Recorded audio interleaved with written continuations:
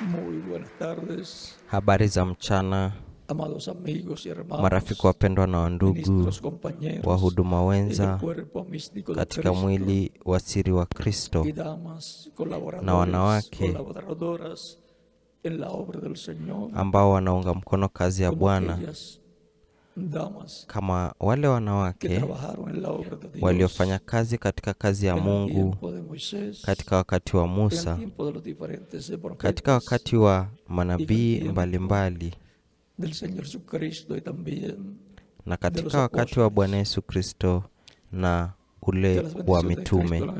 Hebu na baraka za Kristo, malaika wa agano ziwe juu yenu nyote mliopo, na wale ambao wamejiunga kupitia kwa satellite Amazonas na mataifa mbalimbali.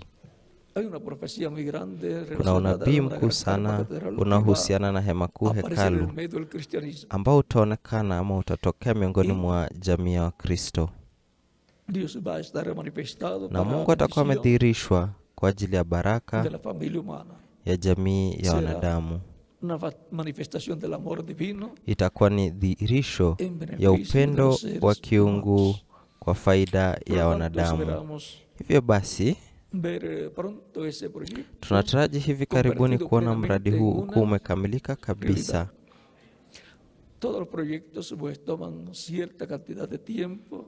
Miradi yote ilichukua kiasi fulani cha muda. Mweza kuona miradi ya serikali wakati mwingine zinachukua wakati sana, hadi rais aliye ofisini hawezi kuikamilisha kabisa, lakini angalau anaianzisha. Na pia inafanyika hivyo kwa magavana na meya. Wakati mwingine hawana wakati wa kutosha, na inafaa wateuliwe tena ili waendelee na kukamilisha miradi walionao. Miradi yote iko hivyo kwa kuwa iko na masharti fulani iliyowekwa katika sheria za kila nchi. Tutasoma kwenye maandiko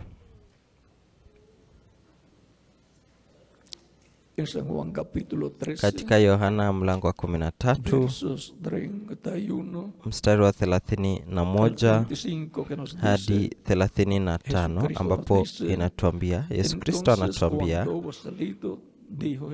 basi alipokwisha kutoka, Yesu alisema, sasa ametukuzwa mwanadamu, naye Mungu ametukuzwa ndani yake. Mungu akitukuzwa ndani yake, Mungu naye atamtukuza ndani yake, na mara moja atamtukuza. Enyi watoto wadogo, bado kitambo kidogo nipo pamoja nanyi.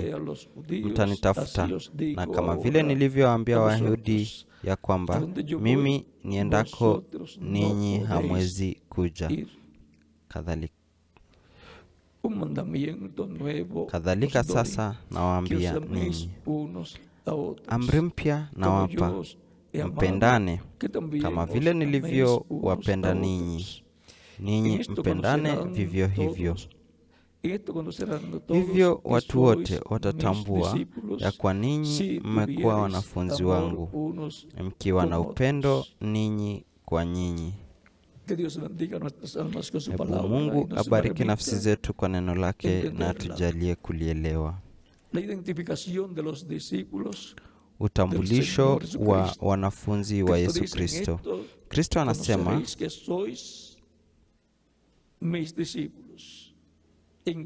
kwa hii mtajua ya kwamba nyinyi ni wanafunzi wangu. Kwa nini?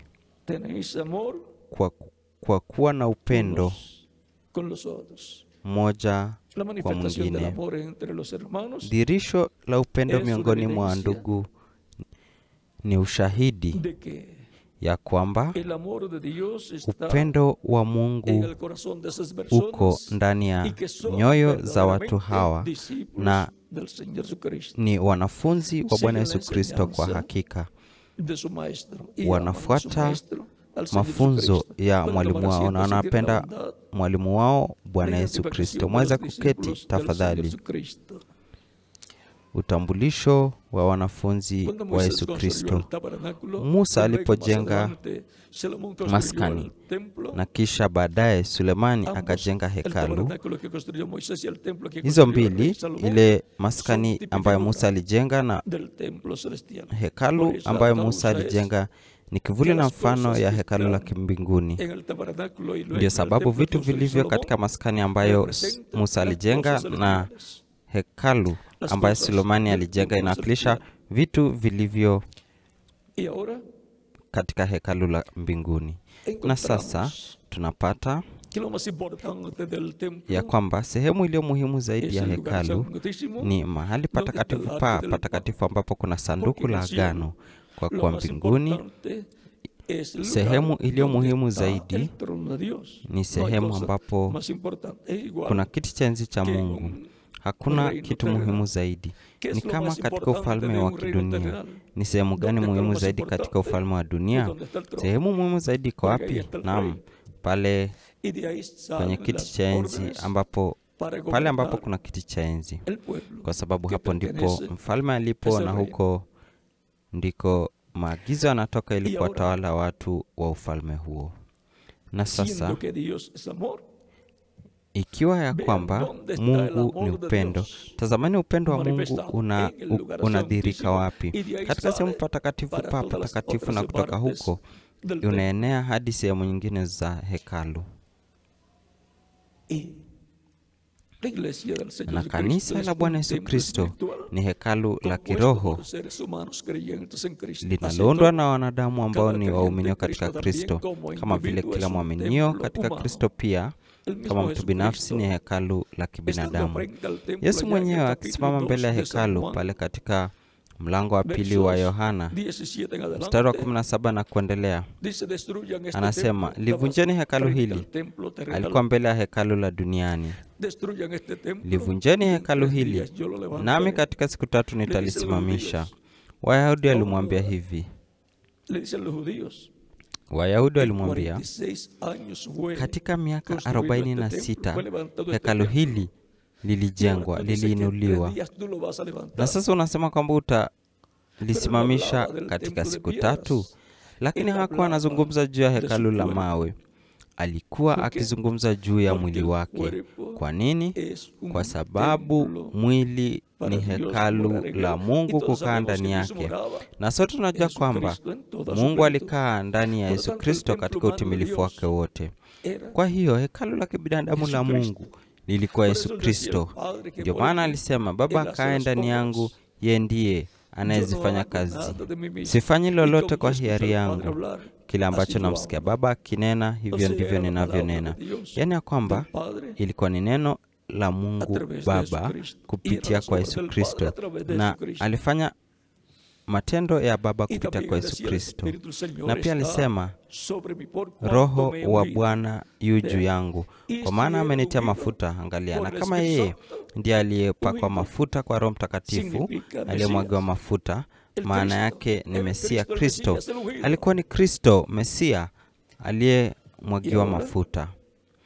Na sasa tunapata kwamba upendo wa Mungu uliodhihirishwa kupitia kwa Yesu Kristo ulidhihirishwa kupitia kwa Kristo katika utimilifu wake wote. Yeye ndiye mtu ambaye ndani yake utimilifu wa Mungu unakaa. Hakuna mtu mwingine, hakuna nabii mwingine. Utimilifu wa Mungu ulikaa ndani yake. Ilikuwa tu katika Yesu Kristo. Na sasa tunapata kwamba kwa hiyo sifa za kiungu zilidhihirishwa katika utimilifu wake wote kupitia kwa Yesu Kristo. Hivyo basi, na sasa Kristo anasema kwamba kama vile Baba alivyompenda, yeye ametupenda sisi.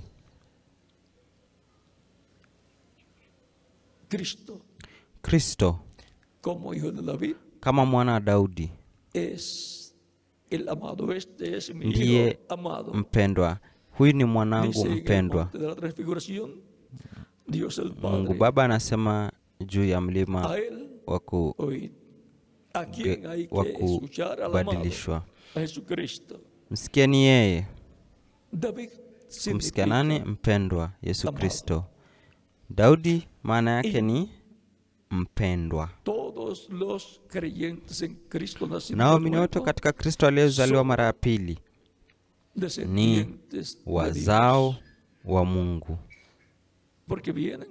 kwa sababu wanakuja kwa njia ya Kristo kupitia kuzaliwa mara ya pili, na kwa hiyo wao ni wa jamii mpya ambayo Mungu anaumba, jamii mpya yenye uzima wa milele,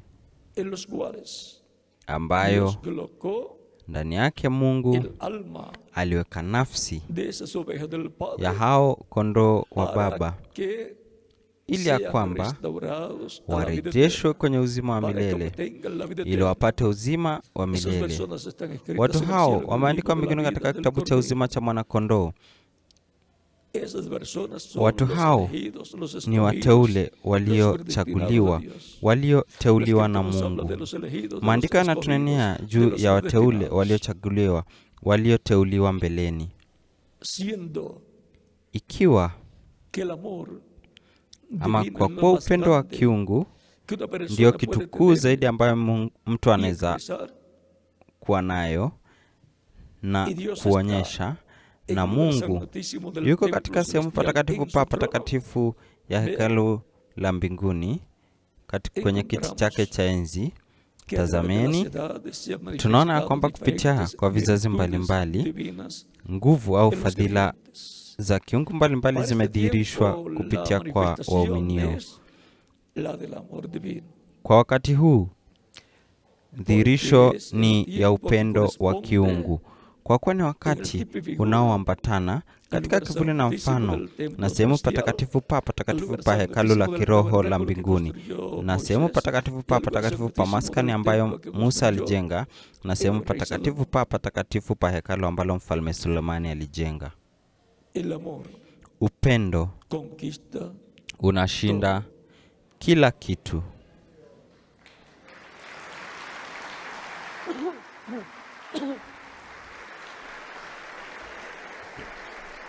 Y gracias al amor, todavía la raza humana, na tunashukuru upendo, jamii ya wanadamu bado iko. Bila upendo, tusingekuwepo duniani,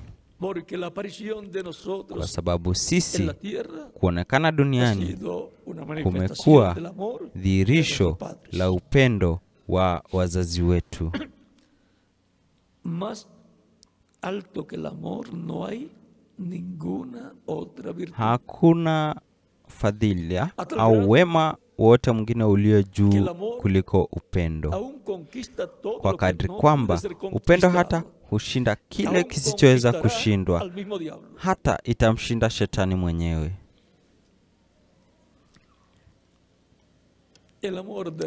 Upendo hushinda vitu vyote kinyume na Mungu.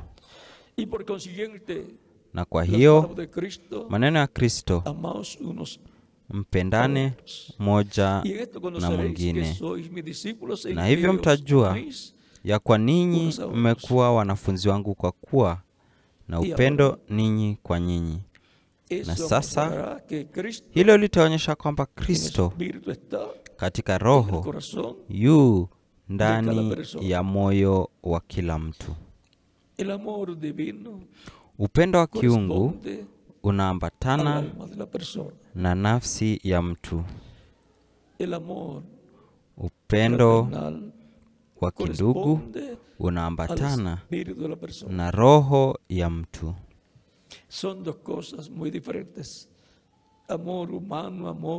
Haya ni mambo mawili tofauti: upendo wa kibinadamu, upendo wa fileo ambao unaweza kuwepo kati ya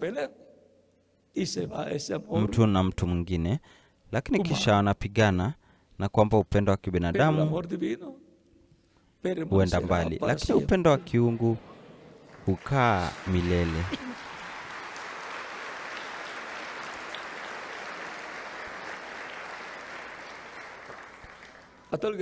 kiasi kwamba Yesu Kristo katika msalaba wa Kalvari alisema, Baba, wasamehe kwa kuwa wajua wanalofanya.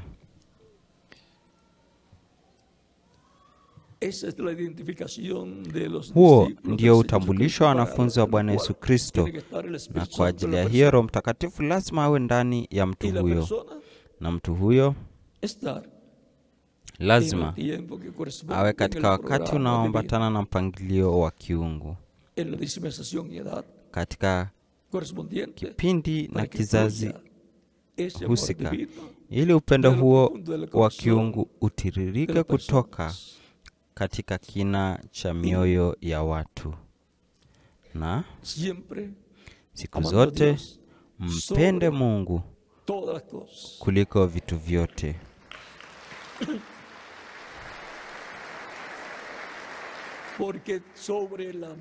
Kwa sababu upendo wa mbinguni, upendo wa kiungu uko juu ya upendo wa kidunia.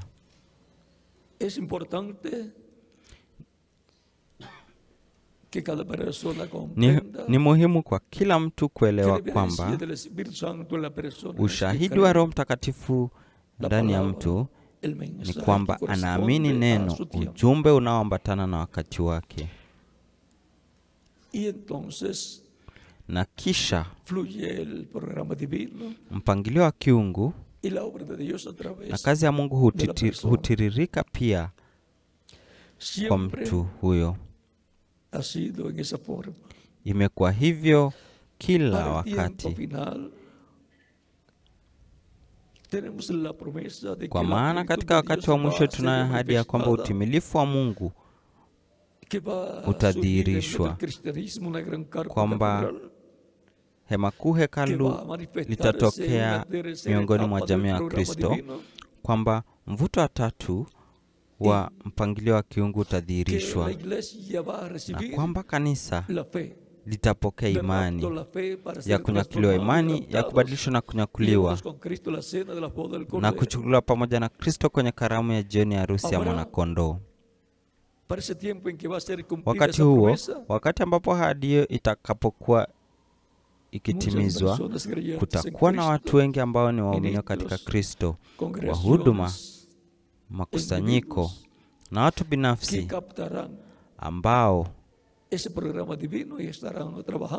wataikamata, watashika huo mpangilio wa kiungu na watakuwa wakifanya kazi katika mpangilio huo wa kiungu. Na huyo atakuwa ni Mungu atendaye kazi ndani yao, ili yale aliyoahidi Mungu yatimie, yapate kutimia. Kwa sababu Mungu hana budi kutumia wanadamu kutekeleza kazi yake. Ni kupitia wanadamu ndio Mungu anafanya kazi. Kwa hiyo mataifa yote yangetamani iwe katika nchi yao, na kwa hiyo katika kila nchi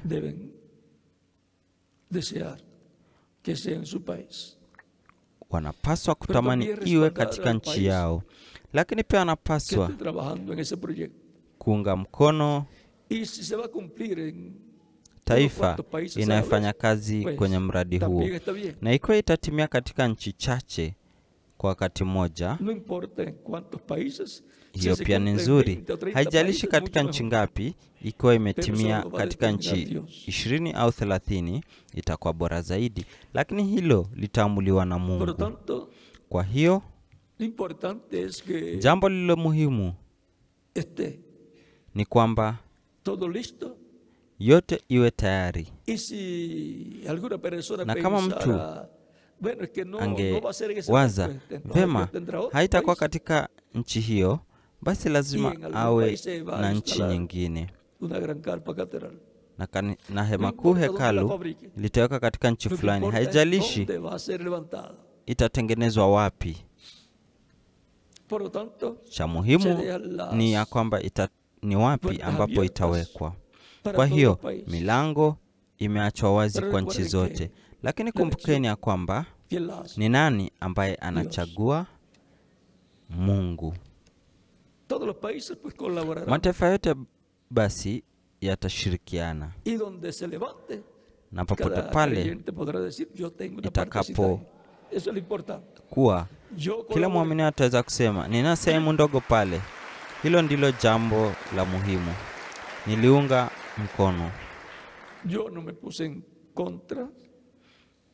Mimi sikusimama dhidi ya mradi huo, ingawa haikuwa katika taifa langu, kwa kuwa mradi wa kiungu ambao tayari ulionekana kutoka miaka, kwa kuwa ni mradi wa kiungu ulionekana miaka mingi iliyopita.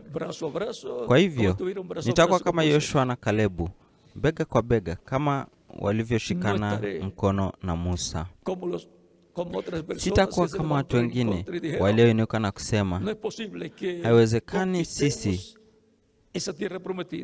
kufikia nchi ya ahadi ama kushinda nchi ya ahadi. Kuna matatizo mengi, vikwazo vingi, haiwezekani. Na watu wanaoishi katika maeneo hayo ni majitu. Lakini Yoshua na Kalebu wakasema hao ni mkate wetu. Ndiyo, tunaweza.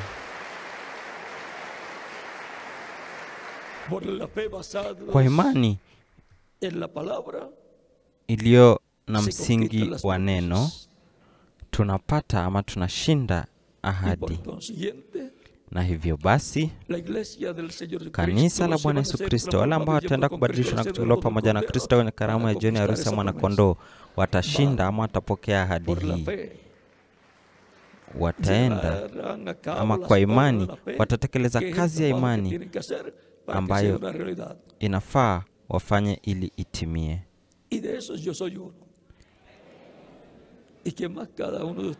Na mimi ni mmoja wa hao, na nani mwingine? Kila mmoja wenu pia.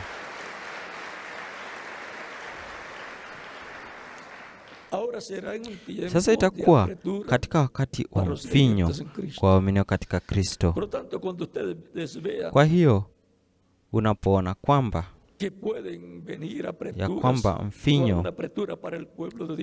mfinyo inaweza kuja dhidi ya watu wa Mungu, dhidi ya waaminio, usifikiri juu ya tatizo, fikiria juu ya kile kilichoahidiwa, kwamba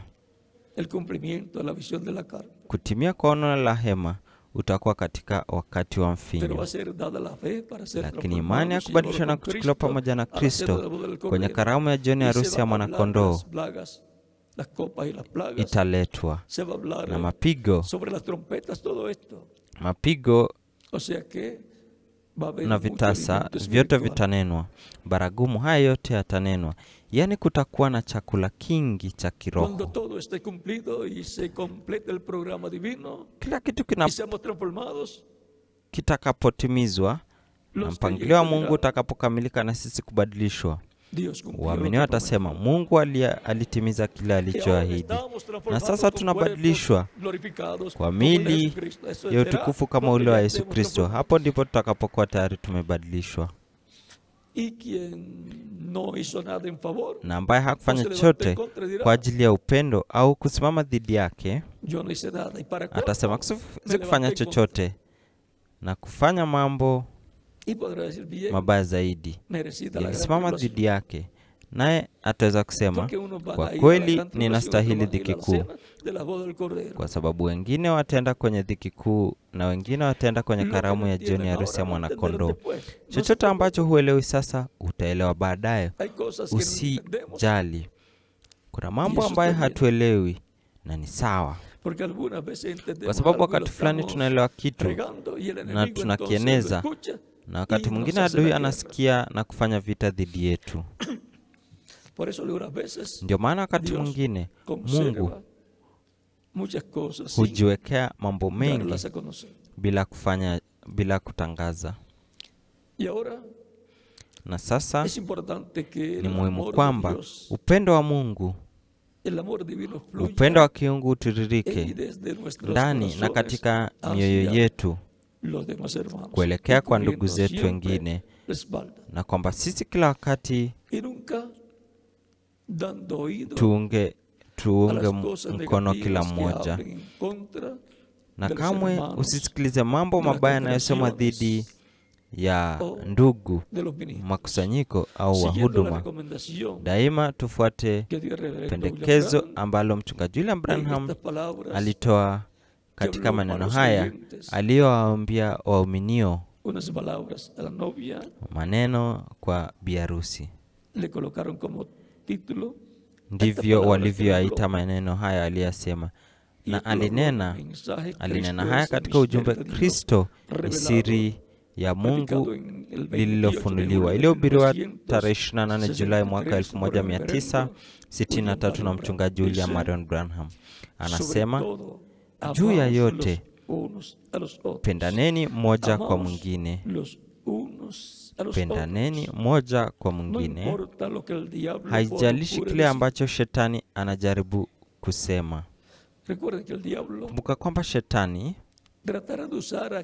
atajaribu kumtumia mtu yeyote anayejiruhusu kutumiwa ili kusema mabaya dhidi ya ndugu au dhidi ya huduma au dhidi ya makusanyiko au dhidi ya mradi wowote unaotekelezwa kwa ajili ya Mungu, kwa ajili ya utukufu wa Mungu. Sasa ninyi ni kundi moja kubwa sana na tamu. Lakini kumbukeni onyo langu. Unaona, shetani hata ruhusu hilo likae hivyo. Kwa maneno mengine, hata waacha muwe na amani.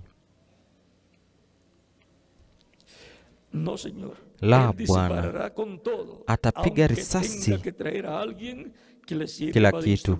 Hata ikibidi amlete mtu awe chombo chake ama awe shabaha wake, atamleta mkosoaji au asiamini na kumweka mtu huyo, ili mtu huyo awe na ushirika pamoja nanyi katika utulivu, na kisha atamjaza na sumu fulani na ataanza kukimbia ama kuzunguka kanisani na hiyo sumu na neno juu ya mtu au juu ya wahuduma wote au juu ya makusanyiko yote au juu ya kazi yote inayofanywa. Mtu ambaye ataanza kukosoa na kusema hiyo si sawa, hiyo si sahihi, au hivyo sivyo ilivyo, au mradi huu si sahihi au si wa Mungu. Lakini tayari tunajua kwamba miradi inayofanywa ina msingi wa neno. Anasema, na kisha atamjaza sumu na mtu huyo ataanza kuzunguka kanisani nayo. Usihusiane naye. Kwa maana mengine, usijiunge na watu kama hao ili kuunga mkono, kwa sababu basi unakuwa sehemu ya kundi hilo, kama kundi la Kora, Abiramu, Dathani na Abiramu, ambao waliinuka dhidi ya Musa,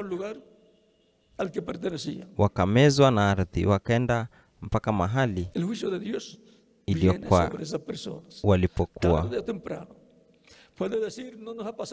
Hukumu ya Mungu inakuja juu ya watu hao punde au baadaye. Wanaweza kusema hatujapata jambo lolote, lakini wako chini ya laana. Wakati fulani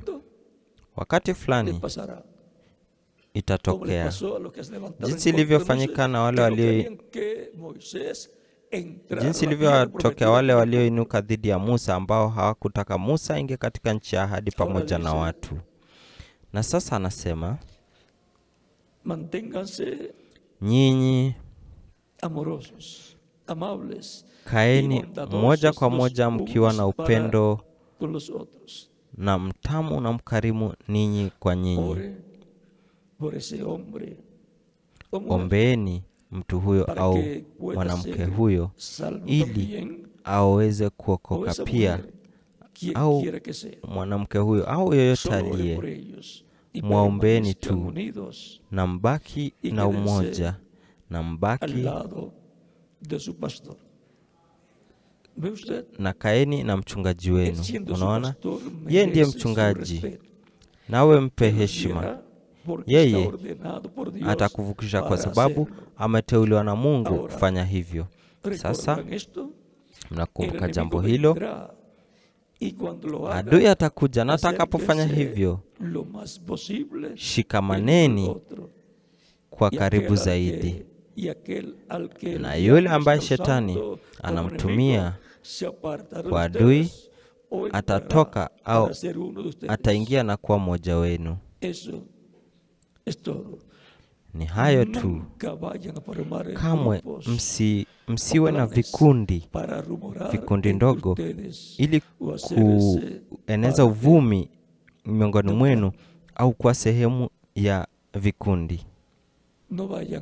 Msiende kuunda vikundi vidogo ili kuwa sehemu ya hivyo vikundi ambavyo vinaunga mkono mtu ambaye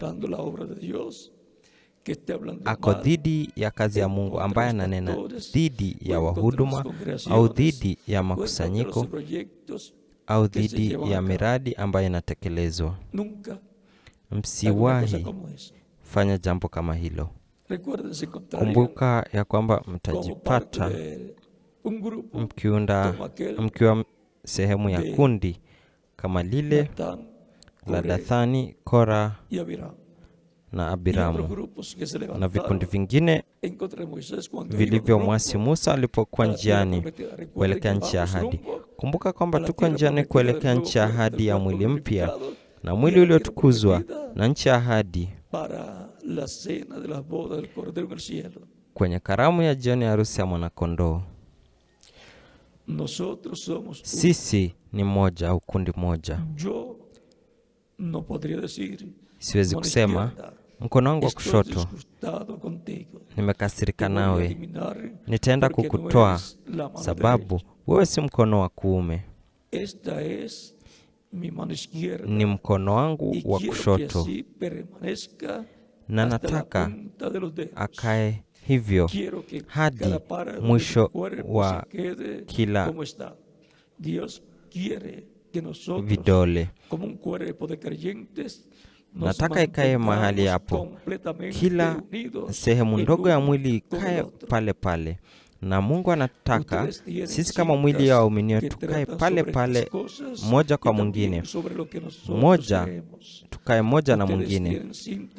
Na sasa mnakanda juu ya hilo. Mnakanda za kile tunachoamini, mnakanda za nidhamu kanisani, jinsi tunavyojiendesha katika kanisa la Mungu, jinsi tunavyopaswa kuja hapa pamoja na kuketi pamoja katika ulimwengu wa roho. Tumeitwa kukusanyika kwenye mikutano siku za Jumapili. Mchungaji William Branham anasema ni dhambi kwenda na kufanya jambo lolote lingine isipokuwa kuwa katika ibada.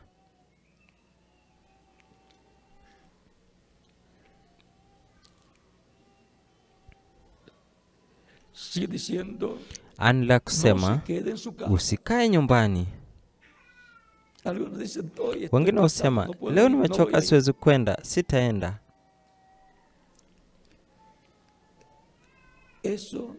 Hiyo ni makosa. Ni siku ya kufufuka kwa Kristo, Jumapili, na tumekusudiwa kukusanyika kumwabudu Mungu, kumsifu Mungu na kusikia neno lake. Kuna shule za Biblia asubuhi makanisani. Na sasa anaendelea kusema, Mungu akiwa moyoni mwako, huwezi hata kungoja hadi zile milango zifunguke ili uingie na uwe na ushirika na ndugu zako.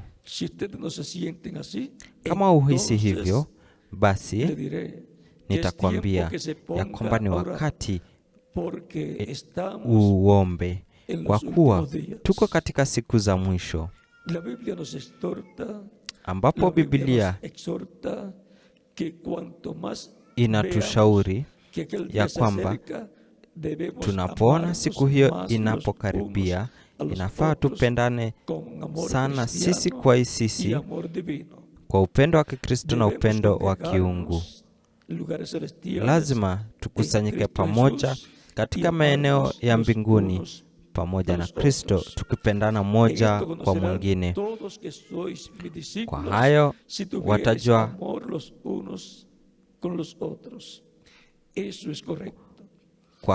watu wote watajua kwamba ninyi mmekuwa wanafunzi wangu mkiwa na upendo ninyi kwa nyinyi. Hiyo ni kweli, kaeni pamoja.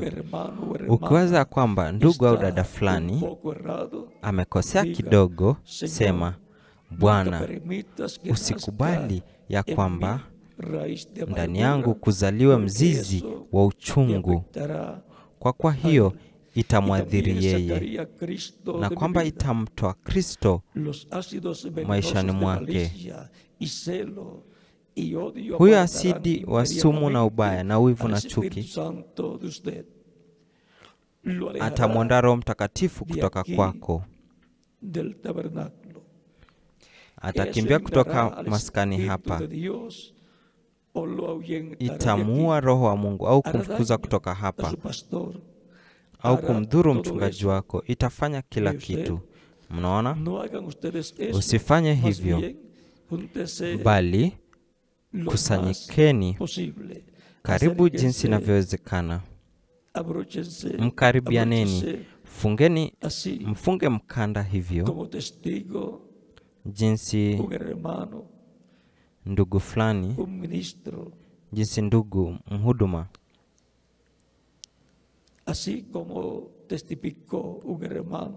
jinsi alivyoshuhudia ndugu mhuduma alivyoshuhudia hapa usiku hivi majuzi juu ya mkanda aliyoiona katika ono. Ni kama ndege, ambapo unafunga mkanda wako, na kama vile unavyofunga mkanda wako, huo pia ni msemo, funga kamba.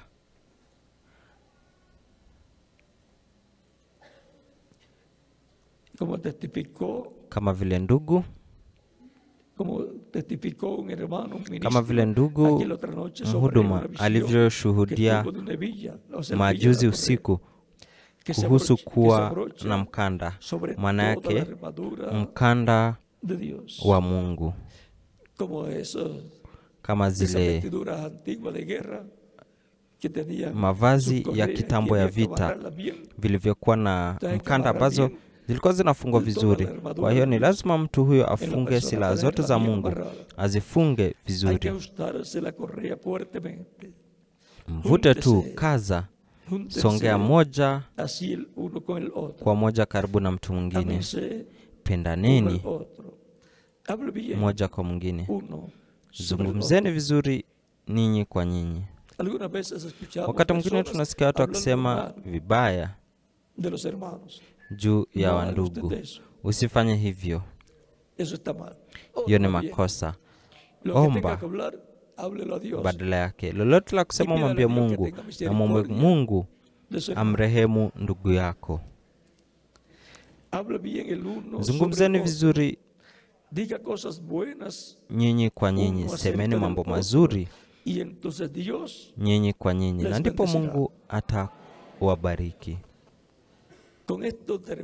Kwa hili nitakamilisha gumzo ama mazungumzo haya pamoja nanyi katika upendo wa kiungu kama utambulisho wa wanafunzi wa Bwana Yesu Kristo. Mungu awabariki na walinde, na naacha pamoja nanyi Missionary Miguel Bermudez Marin ili aendelee. Mungu akubariki Miguel. Mungu awabariki wote nyinyi